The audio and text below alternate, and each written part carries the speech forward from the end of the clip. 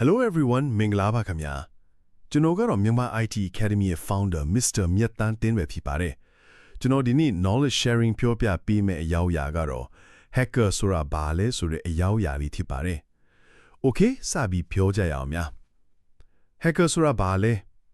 hacker ဆိုတာကွန်ပျူတာနဲ့နည်းပညာဆိုင်ရာအသိပညာတွေကိုအသုံးပြုပြီးပြဿနာတွေကိုဖြေရှင်းတတ်သူစနစ်တွေကိုစူးစမ်းတတ်သူတခါတလေစနစ်ကိုချိုးဖောက်တတ်သူလည်းဖြစ်ပါတယ်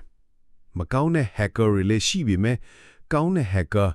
ethical hacker တွေလည်းအရေးကြီးပါတယ် hacker အမျိုးအစားရည်ရွယ်ချက်အပေါ်မှာမူတည် white hat hacker ကောင်းတဲ့ hacker တရားဝင်လှုပ်ဆောင်သူ security ဘိုင်းအားကောင်းအောင်ကူညီရယ်ပုဂ္ဂလိက company တွေကအလုပ်ခံတယ် black hat hacker မကောင်းတဲ့ hacker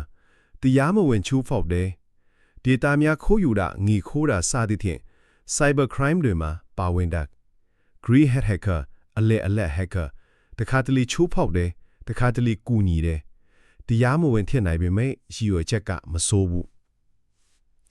hacker ဘာလို့ကြလဲ software မှာ bug တွေရှာတဲ့ password တွေ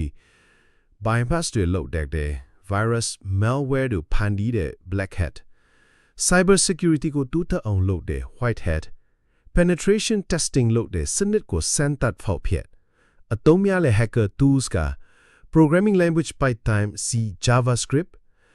network scanner ကဥပမာအနေနဲ့ Nmap password cracker ကဥပမာအနေနဲ့ John the Ripper Kali Linux က ethical hacking OS Metasploit က hacking framework hacker ထစ်ချင်ရင်ဘယ်လိုလုပ်ရမလဲခြေလမ်းအစစ်များကွန်ပျူတာနဲ့ network ပညာအခြေခံသိထားပါ programming နဲ့ OS Windows Linux ကိုလေ့လာပါ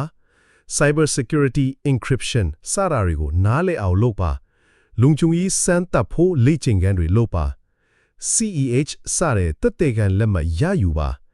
ဤပညာအသစ်တွေကို study လုပ်ပြီးအမြဲ upgrade လုပ်ဖို့လိုပါသည်တရားဝင်နဲ့မတရား hacking ကွာခြားချက် hacking အမျိုးအစားအဓိပ္ပာယ် ethical hacking တရားဝင်ကူညီတဲ့ hacking illegal hacking တရားမဝင်ဒဏ်ရာပေးတဲ့ hacking hacker ဖြစ်ချင်းရင်ကောင်းသောရည်ရွယ်ချက်နဲ့တရားဝင်ဖက်ကနေလုပ်ရမယ်အနည်းရှု summary table အမျိုးအစားအသေးပဲ white hat ကောင်းတဲ့ hacker အကူအညီပေးသူ black hat မကောင်းတဲ့ hacker ဖြတ်စီသူ grey hat တခါတလေကောင်းတဲ့တခါတလေမကောင်း okay ဒီလောက်နဲ့ပဲနားပြီးနားထောင်ပေးကြတဲ့အမျိုးတွေကြီးစုပါနောက်ထပ် tutorial အသစ်မှာပြန်တွေ့ကြပါမည် Hello everyone bye bye see you have a nice day